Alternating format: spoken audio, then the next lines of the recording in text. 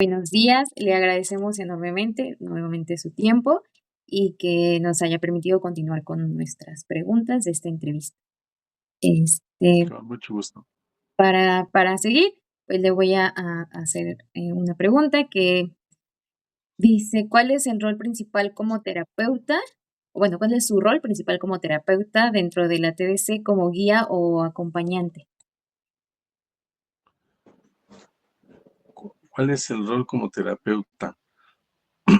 Bueno, eh, va a depender del paciente, va a depender de la edad también, ¿no? Va a depender también si trabajamos a través de grupos multidisciplinarios, ¿no?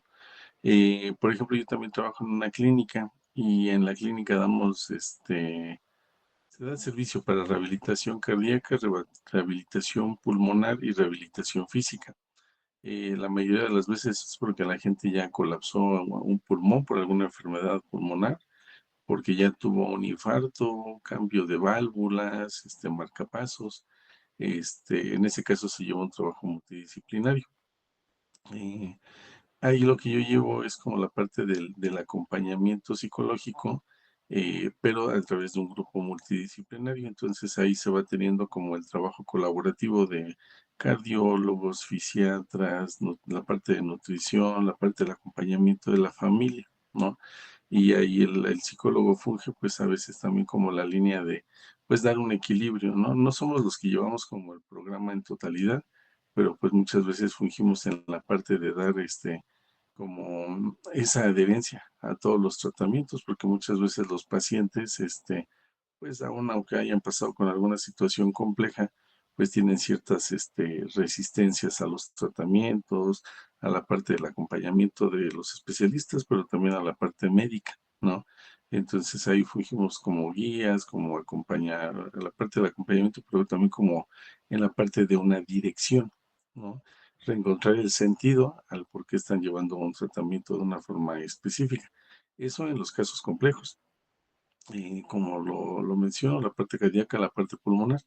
En la parte deportiva, pues la realidad es que fungimos como la parte del puente de comunicación entre atletas, entrenadores, papás, directivos, ¿no? Entonces la realidad es que la parte psicológica en cuestiones de tanto rehabilitaciones físicas como la parte deportiva, pues llevamos también aparte un trabajo, pues le vamos a llamar un trabajo invisible, ¿no? Pero es para que todas las partes, y si se dan cuenta, pues en ambas líneas es la unión de los trabajos multidisciplinarios. Claro, muchas gracias. Ahora la TD ay, perdón, la DBT, em, plantea objetivos a corto, mediano o largo plazo con el consultante y de ser así, ¿nos podría brindar un ejemplo de cómo se ven reflejados? Claro. Pues en la parte terapéutica se habla, o bueno, desde como yo manejo la terapia, se habla de estos tres momentos, al corto, al mediano y a largo plazo. Y para DBT es un poco más complejo encontrarlos al corto plazo, hay que ser honestos, ¿no? Porque recordemos que hay desregulaciones a nivel muy importantes, cambios emocionales muy importantes, y estamos hablando de trastornos muy severos, ¿no? Eh, y la mayoría de las veces, o bueno, en mi caso y en mi experiencia, la mayoría de las veces, pues los pacientes vienen ya de 4 o 5 terapias psicológicas o a veces hasta más, ¿no? Entonces, bueno, pues vamos planteando como los objetivos, pero bueno, les comento un caso en específico, trastorno de la conducta alimentaria, paciente 38 años, fisicoculturista, y ella venía ya de tratamiento cognitivo-conductual, el tratamiento de la parte de nutrición, pero pues fallida en algunos casos. En TCC no tanto, sí venía con algunos avances. Pero bueno, pues vamos marcando. La primera es hacer una evaluación para saber dónde estamos. Y el siguiente punto eh, era empezar a modificar ciertas situaciones, pero antes de eso era que ella pudiera acudir a la parte de nutrición, ¿no? Para que también le dieran una dieta adecuada, porque ya, bueno, pues estaba mal pasando demasiado. y también el acompañamiento aquí sí de un preparador físico, porque ella estaba entrenando entre 4 y 5 horas del diario, de lunes a lunes, ¿no? Lo cual pues llegaba a un desgaste muy, muy importante. Entonces ya en la planeación de este trabajo multidisciplinario, pues empezamos a plantear objetivos. Los objetivos a corto plazo en la parte de nutrición, pues era comer de manera más adecuada, pero sin que cambiara tanto el volumen calórico en ella, ¿no? Entonces supongamos, ella estaba consumiendo 1300 calorías, el ideal para el ejercicio que ella hace es de 2000 a 2500 calorías. Imagínense el impacto que es subirle 1000 y cacho de calorías a una persona con TCA, ¿no? Entonces, bueno, ya en la parte disciplinaria, pues se lleva un incremento de 100 a 200 calorías, muy organizado, ¿no? Entonces, en un primer punto fue incrementar las calorías. En el trabajo colaborativo con la preparación física, pues también fue disminuir por lo menos un día de la semana de la parte del entrenamiento, ¿no? Entonces ahí también empezamos a trabajar sobre cuestiones de ideas irracionales, ¿no? Porque ya generaba pensamientos catastróficos hacia la parte de comer un poquito más y no ir a un día de entrenamiento, pues era impensable, ¿sale? Entonces, eso fue como lo que empezamos a trabajar al corto plazo y con sus distorsiones cognitivas. Al mediano plazo, les mencionaba el otro día en el Congreso, ya tuvo un incremento de medio kilo, que más o menos yo creo que llevamos como 3 meses trabajando, ¿sale? Y ya a largo plazo, bueno, pues será este, el que suba ella por lo menos unos 5 kilos, pero tiene que ser gradual, estamos hablando de 6 meses a un año, ¿no? La ingesta calórica, el otro día también en cuestiones ya de mediano plazo, pudo comer un postre, ¿no?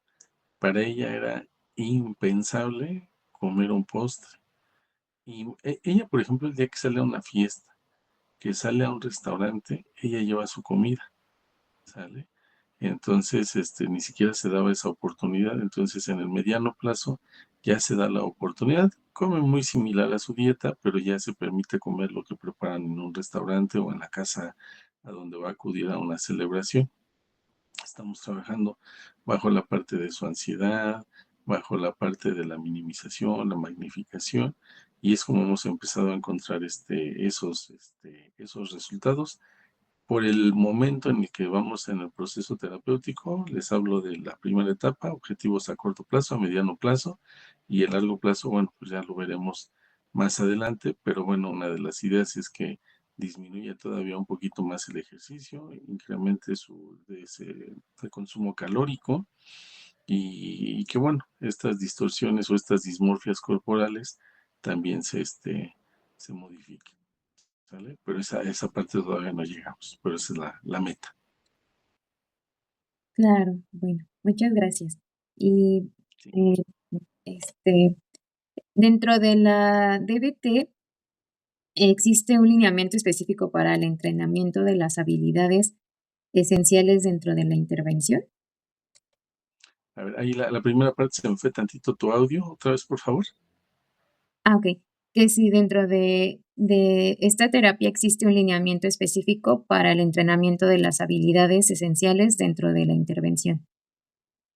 Sí, sí, sí, sí. Igual, si lo ponemos en un marco científico, bueno, pues vamos a hacer observaciones, después vamos a hacer evaluaciones, vamos a hacer un diagnóstico. Después, como es la parte de un desbordamiento emocional, lo platicábamos en TLP, depresión, ansiedad, trastornos de la conducta alimentaria, bipolaridad. Ayer se me pasó lo comentar la parte de las tendencias suicidas, ¿no? Que también está muy relacionado al TLP, ¿sabe? Pero bueno, no toda tendencia suicida también tiene un correlato de TLP, pero bueno, más o menos parecido. Entonces, como los pacientes llegan desbordados, miren, nosotros podemos tener un plan de trabajo y podemos tener el paso uno, el paso 2, el paso 100, ¿sale? Pero como trabajo la terapia es la parte de, bueno, analizar cuáles son las necesidades de la persona. Y como son situaciones más complejas y de desbordamiento, entonces lo primerito con lo que tenemos que trabajar es con la parte de la regulación emocional, ¿sale? Pero tiene diferentes nombres, pero imaginemos el modelo ABC de la TCC, ¿no? Entonces vamos a identificar sensaciones, pensamientos y conductas. Como es algo que está detonando a la persona, pues la mayoría de las veces van a ser sensaciones, pensamientos y conductas inadecuadas, ¿sale? Ojo, y eso ahí se los paso de recomendación. Eh, no se los pregunto porque ustedes me están entrevistando a mí, pero diferente es mencionar en terapia una conducta mala y una conducta buena, a una conducta adecuada, a una conducta inadecuada, ¿sale? Y por ejemplo, gritar. Pues si yo estoy en un estadio de fútbol es adecuado, pero tal vez si estoy en un templo, en una iglesia, pues va a ser inadecuada. Pero es la misma conducta, ¿sale? Entonces vamos a llevar a los pacientes a esa parte de la regulación. Vamos a trabajar con esto, con este modelo de la TCC. Tiene un nombre específico, ahorita se me fue el nombre de la DBT, pero es muy similar, ¿sale? Sensación, pensamiento y conducta. Y de ahí, entonces empezamos con estrategias, por ejemplo, de mindfulness, de atención plena, otra vez la parte de la confrontación. Y de ahí, bueno, pues vamos a ir sobre el modelo ABC, entonces ahora incrementamos una D y en esa D nosotros vamos a discutir con los pacientes sobre costos-beneficios de sus conductas o sobre los costos y beneficios de sus conductas, pero para con los demás. ¿Qué efecto tiene tu conducta para tu familia? ¿Qué efecto tiene estas conductas para el trabajo, para la escuela? Depende de la situación que esté viviendo cada paciente, pero ese sería más o menos, y a grosso modo, un procedimiento dentro de la DBT. Perfecto, muchas gracias. A ti. Hola, ¿qué tal? Buenos días. Buenos días, David. Este, bueno, ¿usted cree o considera que la DBT pueda integrarse con otros enfoques como la terapia cognitiva conductual, la terapia sistémica o el enfoque humanista? Claro. Fíjate, ahí es muy importante. Y sí, en la parte de la integración, sí, sí, yo considero que tiene una integración bastante amable, y bastante congruente. Lo mencionábamos en la parte de la psicología del deporte, en la parte de la cognitivo-conductual, en las terapias de la tercera generación, y incluso les comentaba, ¿no? En la parte dentro de mi formación, la parte de la logoterapia, ¿no?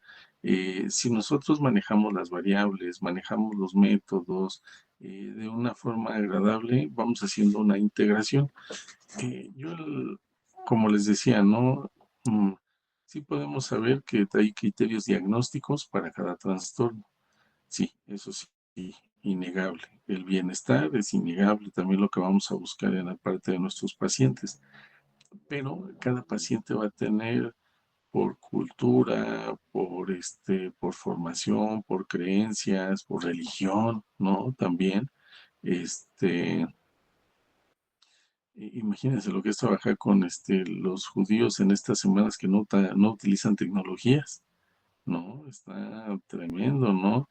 O cómo regula las emociones cuando se avientan estos ayunos tan largos, por poner un ejemplo, ¿no?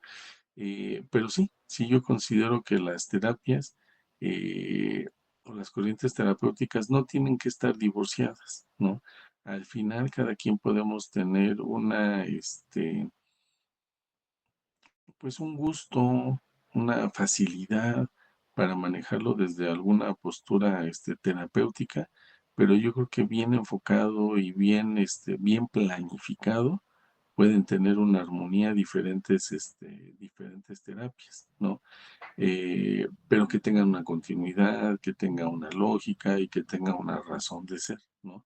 Y la razón de ser va desde el perfil de la persona, ¿no? Hay quienes les gusta ser más confrontativos, hay quienes les gusta someterse un poquito más a la exposición, ¿no? Ante ciertas situaciones de estrés. Hay quienes prefieren darle la vuelta lo más que se pueda a la exposición de alguna situación a resolver. Entonces, hay que ir aprendiendo a ser como muy empáticos y a tener una lectura muy importante de las emociones del paciente, ¿no? Porque, por ejemplo, a través de un video, obviamente la sesión presencial, pues tú vas teniendo lecturas de los gestos, ¿no? De la persona, si la persona de repente empieza a mover las manos, esto, pues uno empieza a detectar, eso la experiencia se los va a ir dando, ¿eh? Como cuando alguna situación, alguna pregunta, alguna tarea le genera como incomodidad a la persona, es como les decía esta persona de TCA, si ya la mando a comerse un pollo rostizado, pues obviamente ni de chiste se lo va a comer o vamos a generar ahí un caos, ¿no? Entonces sí, es aprender a tener lectura, pero yo creo que la probabilidad de éxito en la combinación de técnicas terapéuticas sí es bastante factible. Ok, muchas gracias. Gracias.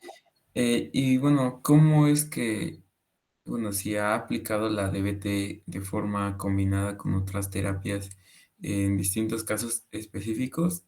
Y nos podría compartir un ejemplo si lo llega a hacer. Sí, claro, claro, claro. Y déjame pensar rápido en alguno de mis casos. Déjenme echar una revisada a la agenda nada más para a ver, aquí hacer ahí rápido, ponerles un ejemplo más, más claro.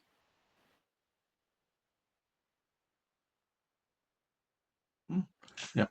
En este momento tengo varios casos, de episodios de ansiedad, pero es ansiedad por estado. Recordemos que el estado es algo que se va a detonar por una situación específica, ¿sale? Y va a ser momentáneo, ¿no? El rasgo tiene una duración mayor a 6 meses, el estado una duración menor a 6 meses. Eh, Llevamos un enfoque cognitivo-conductual por, por diferentes situaciones, ¿no? Por otros diagnósticos que vienen manejando estos pacientes. Les voy a hablar de un grupo de pacientes que no tienen nada que ver uno con el otro. ¿Dónde se convierte en un grupo? Porque son pacientes de CCH Sur, ¿sale? Y esta situación que pasó con fulano, a Ashton, eh, y entonces imagínense el desbordamiento emocional que se genera en estos pacientes por el riesgo, ¿no? Con el que ahora sienten que van a regresar a una escuela. Obviamente ustedes son estudiantes y yo algún día también fui estudiante de la universidad. este, no me dejaron mentir, pero la universidad, la escuela se convierte en tu lugar seguro para muchas cosas. Y entonces imaginen todo lo que se detona. De hecho, no sé si sepan, pero el CCH sigue sin clases y yo creo que no va a regresar a clases hasta el siguiente semestre. Y muchas facultades siguen en una situación similar, porque ahorita hay amenazas de bomba, amenazas de atentados, es una cosa horrible, ¿no? Este, y entonces ahí yo combino la parte de la DBT para la parte de una contención emocional, una regulación emocional, porque al final de cuentas hubo un detonante muy, muy grande, muy gráfico, muy viralizado también. Y y bueno, ¿no? Este grupo de los incels que pues se destapó, ¿no? No es que se haya descubierto, se destapó. Y entonces imaginen, ¿no? Lo que hoy representa para los pacientes. Entonces, ahí, digámoslo así también, no es un concepto que exista, pero supongámoslo, ¿no? Para ejemplificarlo, estoy aplicando un estado de DBT, ¿sale? Donde brindo la regulación ante un desbordamiento, pero un desbordamiento por una situación específica, que digámoslo así, no es. Afortunadamente no tuvo un impacto directo con todos mis pacientes, pero sí de manera indirecta, ¿sale? Entonces, ese sería un ejemplo entre combinación de TCC y DBT, pero sí es un caso muy radical, excepcional, este, pero sí que, pues imagínense yo dando sesiones 12 de la noche ese día, porque había muchos papás en colapso de crisis nerviosa, de decir, ¿sabes qué? Voy a llevar a mi hijo a otra escuela, porque aquí no, ¿no? Pero pues, analizando el caso, pues no es tema de la escuela, no es tema ni siquiera de seguridad de la escuela. Fue el caso, pues, de una conducta disruptiva, pues, de un personaje, ¿sale? Ahí podría ser un ejemplo hacia hacia la parte de la combinación de TCC y DBT. Sí, claro. Ok. Y bueno, ¿cómo considera usted que favorece la DBT a la integración de los miembros de un equipo deportivo? Buenísima, buenísima esta pregunta, ¿no? No está diagnosticado, hay que ser honestos, ¿no? Y no sé si conozcan el caso de Luis Suárez, ¿no? Exjugador del Barcelona, pero bueno, pues le vamos a llamar el jugador tiburoncín, ¿no? Eso es un chiste malo mío, ¿eh? Pero pues es un cuate que de repente ya le ha pasado por lo menos 3 ocasiones, donde en un tiro de esquina muerde a su rival. Cabe mencionar que el cuate tiene unos dientes de este tamaño, ¿no? Y por ahí googleenlo, ¿no? Luis Suárez. Y hubo una temporada con el Barcelona que y creo que fue el cambio de contrato y se tuvo que aventar varios partidos suspendido al inicio de su contrato. Em, por ahí tenemos al entrenador de los Pumas actualmente con unos temas de regulación emocional impresionante y los efectos que ha tenido, ¿no? Digo, no es que los Pumas fueran muy bien esta temporada, pero pues de repente se hace expulsar el cuate porque se hace de palabras con el árbitro, el entrenador, y pues lo suspenden 2 o 3 partidos, ¿no? Si mi memoria no me falla, hay un jugador en la NFL, se llamaba Antonio Brown, jugador también muy, muy complicado, ¿no? Que es uno de sus últimos partidos, el cuate se quita el jersey, se quita los shoulders, avienta el casco y se sale a medio partido, ¿no? Obviamente, pues le viene una multa impresionante. Pues ahorita en este momento muy sonado, no sé si sepan del escándalo de la NBA y donde las apuestas, los amaños de partidos, los amaños en muchas situaciones, pues el FBI traía un estudio de hace como una investigación de hace como 5 años y hubo 30 entre jugadores, entrenadores y directivos arrestados esta semana, ¿no? Eso a nivel como externo, ¿no? Ya en la parte personal, lo que conlleva a mi labor, pues muchas veces podemos encontrar en ciertos deportes, ¿no? Eh, Imaginen deportes de combate, de contacto físico, y donde tengamos a una persona con una desregulación emocional, ¿no? O ya una cuestión trastorno límite de la personalidad, que los he tenido, ¿no? Pero imagínense que en algún momento se desconectan estas personas. Tuve el caso de un paciente hace 10 años, yo creo, 14 años. Fíjense al nivel que puede llegar, ¿eh? Y no me lo van a creer. Y me encantaría contárselos como una fantasía que tuvo, un sueño, que tuvo una pesadilla. Al inicio de mi carrera laboral, pues yo daba sesiones a domicilio. Pues tenía un jugador de americano que era muy conflictivo, ¿no? Pero era tan conflictivo que no sé si ustedes conozcan los botones de pánico, ¿no? Pues tocas el botón y ya la policía, seguridad. Pues, qué les hace pensar o qué pensarían que este paciente en su sala, la delegación, la policía, les había puesto un botón de pánico? Y en sus habitaciones, pues uno en su habitación, pues tiene su puerta, ¿no? Y pues malamente, ¿no? Pues tenemos rejas en nuestras puertas, ¿no? De la calle. No. En las puertas de esta casa, todas tenían reja de metal, porque el chico en cualquier momento se podía desconectar, ¿no? No, fue un caso tremendo. Pero bueno, al final él participaba en un equipo deportivo. Pues había que darle mucho acompañamiento en temas de regulación emocional, conductual, pero él sí tenía recuerden que TLP tiene que llevar un acompañamiento médico, ¿no? Hasta, bueno, fíjese, es que todavía era, si mal no recuerdo, eran las últimas infantiles o de las primeras juveniles todavía. Entonces de repente era un cuate que ya se agarraba a golpes con sus compañeros, era un cuate que ya retaba a los entrenadores. Entonces también tienes que dar una psicoeducación a todo el equipo para que pues den como ese acompañamiento, ¿no? Para que lo puedan sacar como de esa situación y no se genere un problema muchísimo más, más severo, ¿no?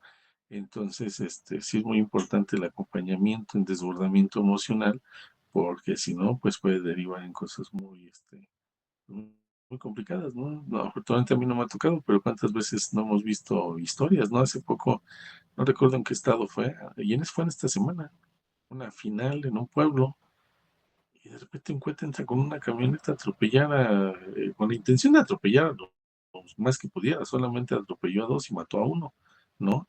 Pero, o sea, como si fallas un penal, ya sacas un arma, si no te gustó lo que dijo el árbitro, vas y te le vas a los golpes, pues por eso hay reglas, ¿no? Pero cuánta gente no está diagnosticada, ¿no? Entonces, sí, muy, muy importante.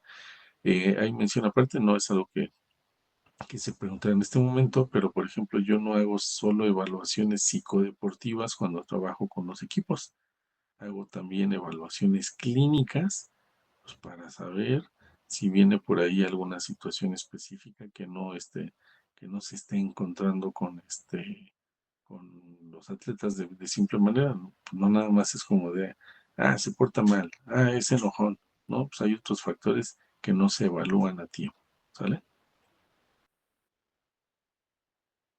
Sí, claro. Y bueno, siguiendo en esta línea de la parte clínica, ¿cuáles considera usted que son las limitaciones o desventajas en la práctica clínica actual de la DBT?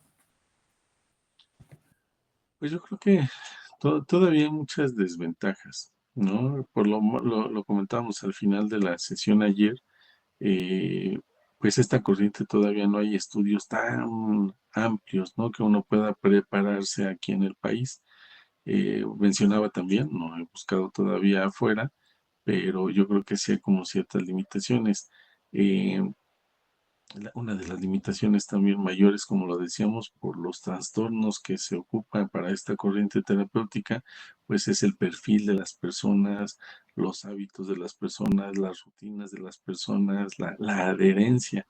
Y no me lo van a creer, pero la gente con este tipo de trastornos quiere cambiar y tiene toda la disposición, pero llamémoslo de alguna otra forma, su energía psicológica pues se agota y entonces es cuando viene el abandono, pues de otra vez pues de todos los tratamientos, ¿no? Entonces, lo mencionábamos ayer, no es específicamente nada más como un tema de la corriente terapéutica, sino de las situaciones con las que estamos trabajando, ¿no? Y que pues se requiere de una gran regulación emocional, empezando por la parte medicamentosa, ¿no? Que sería como el gran apoyo que nos va a dar para el tratamiento a seguir. Esas serían como las mayores limitaciones que yo podría encontrar. Hola, buenos días. Primero que nada, Buenos una días. disculpa por la cámara, tuvo unos problemas técnicos, No te pero preocupes. continuamos. ¿Qué respaldo científico o evidencia empírica considera que son relevantes para validar la eficacia de la DBT en distintos contextos clínicos? Ok. Pues ahí la validación, para empezar, será la formación digo, sé que va dirigida en otra dirección la pregunta, pero lo decíamos, ¿no? No podemos andar vendiendo programas terapéuticos sin haber tenido como los estudios, ¿sale? Muchas veces se cree que, pues ya con saber, escuchar y dar consejos ya uno puede ser terapeuta, no. Entonces, lo primerito, yo lo que hago en mi consulta es dar la presentación, no como una cuestión egocentrista o de otro nivel, pero es decir, bueno, a ver, tengo tales estudios y podemos trabajar con la necesidad específica de tu trastorno, de tu necesidad, de tu padecimiento, ¿sale? Ese sería lo primerito. Lo segundo, pues es la parte de la formación continua, ¿no? Lo decíamos, ¿no? Asistir a congresos, asistir a talleres, asistir a charlas, y formarte, ¿no? Formarte con esta parte de la supervisión de casos también muy importante. Y en DBT es muy importante la supervisión de casos porque son casos muy complejos. Y a veces también como terapeutas y como a todos en algún momento algo se nos olvida, ¿no? si se nos olvida echarle sal a la comida, que no se nos olvide alguna cuestión ahí específica en un proceso terapéutico. Y bueno, de ahí en la parte de la evidencia científica, bueno, como es derivado de TCC, recordemos que la TCC es un modelo terapéutico basado en la evidencia. Es un proceso, es un método que lleva un método siempre, lleva un método científico la TCC. Entonces, al ser un derivado de la TCC, la DBT, pues también cuenta con toda esta evidencia científica, la parte de las evaluaciones. Sin evaluaciones, nosotros no podemos tener un tratamiento adecuado y de ahí, bueno, pues sí, ahí en este momento les mentiría, no recuerdo como nombres específicos más que el de Linehan, que fue la parte de pues, la autora de la DBT y todo lo que se ha escrito acerca de, ¿no? Entonces, en esa parte sería la forma en la que yo encontraría la validación hacia el cómo podemos hacer un abordaje a través de esta corriente terapéutica. Muchísimas gracias. Bueno, ¿qué nuevas investigaciones o desarrollos recientes le parecen prometedores en las terapias de tercera generación? Pues hay varios. Ahorita se está aplicando, bueno, con una psiquiatra, se está trabajando con, ay, se me fue el nombre, pero está trabajando con mapeo cerebral y a través de la estimulación al cerebro por ciertas ondas y frecuencias a través de electrodos con los pacientes, se está ayudando como la parte del tratamiento a nivel de depresión, a nivel de ansiedad. Y bueno, obviamente esto pues ayuda a la parte de controlar el desbordamiento en pacientes de TCA, de TLP. Eh, Eso a través de la parte de la psiquiatría, a través de la medicina, obviamente relacionado con la parte de la DBT, de la TCC, la parte terapéutica, pero como también alternativas. Se habla también de la terapia neural, está acompañado de médicos, de fisioterapeutas. Se habla de la implementación no invasiva de ciertos neurotransmisores, donde a lo largo de la vida vamos generando ciertas fracturas a nivel cerebral, ¿sale? Entonces, a través de la terapia neural, se habla de que viene como una parte de saneamiento de esas fracturas y donde a la gente se le va a ayudar a mejorar su calidad de vida, ¿sale? El otro día en el Congreso escuchaba a una conferencista que hablaba, ¿no? Pues también como terapeutas a veces se nos va la onda y no evaluamos todo lo que se tendría que evaluar. Claro, no como que nosotros hagamos la evaluación, pero por ejemplo, pues el tema de perfiles hormonales, ¿no? El tema a veces que uno pudiera decir, ¿no? ¿Y qué relación tiene la glucosa, la hipertensión, la obesidad?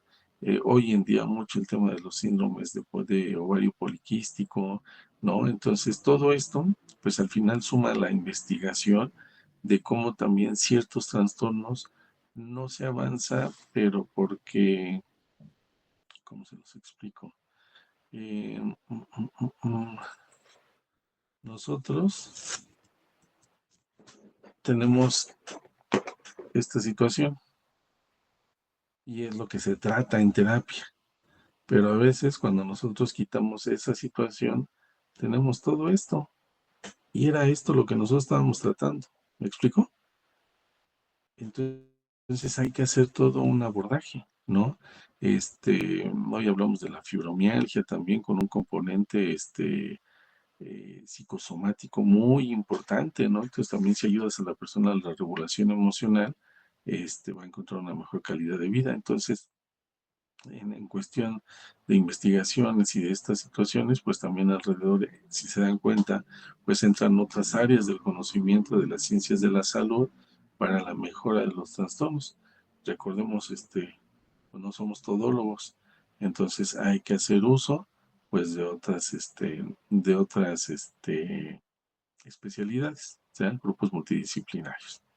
Gracias. Gracias. Bueno, y en su opinión, ¿cómo se está adaptando la DBT a las necesidades psicológicas actuales, como el estrés post-pandemia o el uso excesivo de las redes sociales. Ok. En la parte de la pandemia podríamos hablar como el efecto postraumático también por ciertas situaciones, pérdidas, familias completas que se fueron por temas de COVID. Igual, en la parte de DBT, en la parte de la desregulación emocional, pues va a ser muy importante su aplicación, ¿no? Eh, Nosotros confrontamos con los pacientes sobre la parte de los beneficios, ¿no? A veces la gente normaliza, no me lo van a creer, pero hay gente que cree que ha llegado aquí a consulta, que llegan con depresión o con ansiedad de 10 o 15 años, pensando que es lo normal, ¿no? Hasta que alguna situación o el cambio de ciudad o el cambio de trabajo les permitió entender que no era la forma adecuada de vivir. Hay un principio en la cognitivo-conductual que dice, seguramente la forma en la que resuelves las cosas es la mejor, pero es la mejor porque es la única que conoces, ¿no?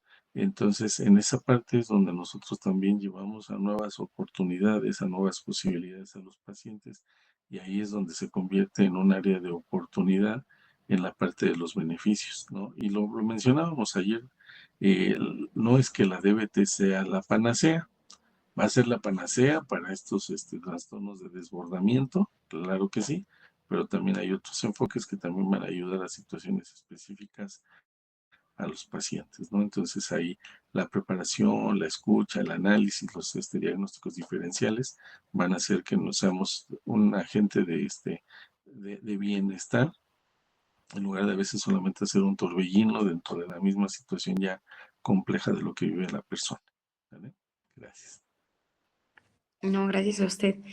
Y finalmente, ¿qué consejo le daría a los nuevos psicólogos que desean formarse y aplicar a la DBT o alguna terapia de tercera generación de manera ética, científica y efectiva en su práctica profesional?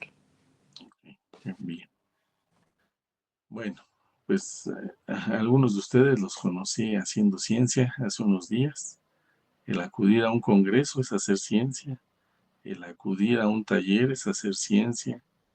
De manera ética, em, primero, fórmense, ¿no? Terminen su licenciatura, titúlense, ¿no? Si no estamos titulados, estamos haciendo suplantación de profesión, ¿no? Entonces, titúlense, no les dé miedo las tesis son bien bonitas, ¿no? Y para sus familias es bien bonito y bien importante tener su primer libro escrito ahí en las bibliotecas familiares.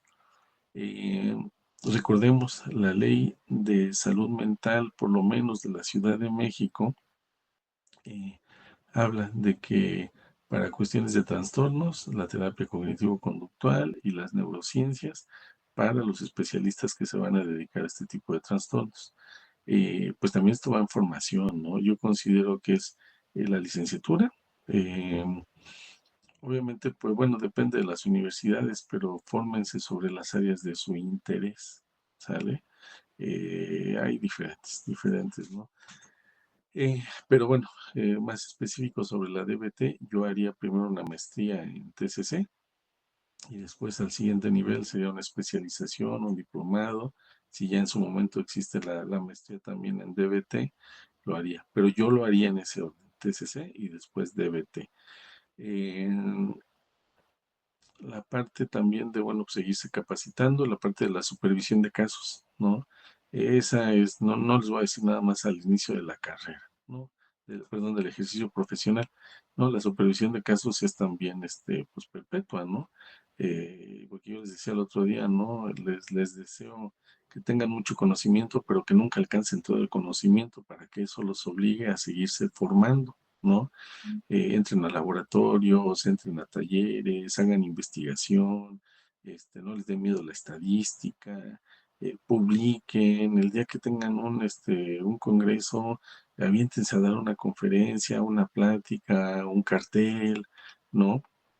El día que alguien los invita a hacer algo que nunca han hecho, trabajar con un equipo, trabajar con ciertas situaciones, aviéntense, ¿no? Eh, yo tengo colegas, ¿no? Que de formación perpetua, yo les llamo, ¿no? Y ya las maestrías, los doctorados, y a sus 35 años, pues no saben cómo trabajar con una persona, ¿sale? Les comento, sean irreverentes, pero con una supervisión adecuada, ¿no? Entonces, sobre esta preparación constante académica, la parte profesional, en la parte de la formación, este, y bueno, siempre entender que vamos a trabajar a través del respeto con las personas, ¿no? Y la otra, ¿no? Pues la parte de la psicología, para ustedes que van iniciando, el camino es muy bonito, es precioso, ¿no? No les voy a decir que hay días que pues al psicólogo no se le quedan los casos y estamos a las 3 de la mañana dando vueltas cómo vamos a resolver un caso, ¿no?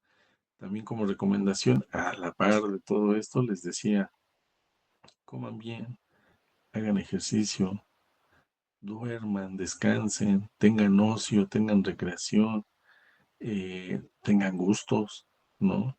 Eh, consuman cosas que van a ser saludables para ustedes desde lo que ven, desde lo que escuchan, ¿no? Y eso sería una recomendación para ustedes. Disfruten de la psicología. Yo llevo más de 20 años en esto y no veo el punto en donde mis pacientes me tengan harto, cansado, agotado. No, para nada. Pero cuido todo lo demás afuera de la consulta, ¿sale? Entonces, hoy me ven los ojos un poco hinchados porque llegué a 3 de la mañana porque nos fuimos a un concierto y el concierto estuvo larguísimo, padrísimo, pero larguísimo.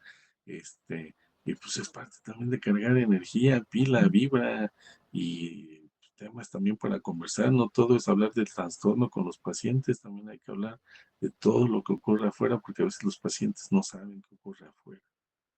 Esa sería una breve recomendación hacia los psicólogos del futuro. Muchísimas gracias. Gracias. Muchas gracias, profe, por todas las recomendaciones. Por nuestra parte sería todo. Gracias por su tiempo, por su disponibilidad. Gracias por compartir sus experiencias sobre las terapias de tercera generación. Nos dejó aprendizajes y reflexiones útiles y aplicables tanto a nivel personal como profesional. Nuevamente le agradecemos mucho su disposición y amabilidad. Con esto ya damos por terminado la entrevista. Muchas gracias, maestro. No, al contrario, muchísimas gracias a ustedes. Un placer haberlos conocido. Tengo la seguridad de que en el camino nos seguiremos encontrando lo que necesiten, lo que requieran, con todo gusto. Cuenten con ellos si de repente requieren algún tipo de material o alguna situación específica también, con la confianza suficiente pueden acercarse y bueno, pues yo les deseo una vida de mucho trabajo, de mucho esfuerzo, de mucha disciplina y no pierdan la esencia, la felicidad. Anoten en algún lugar por qué decidieron estudiar psicología y aquellos días de crisis, saquen ese papelito en su vida universitaria. eh, Aprovechen todos los recursos que su universidad les da.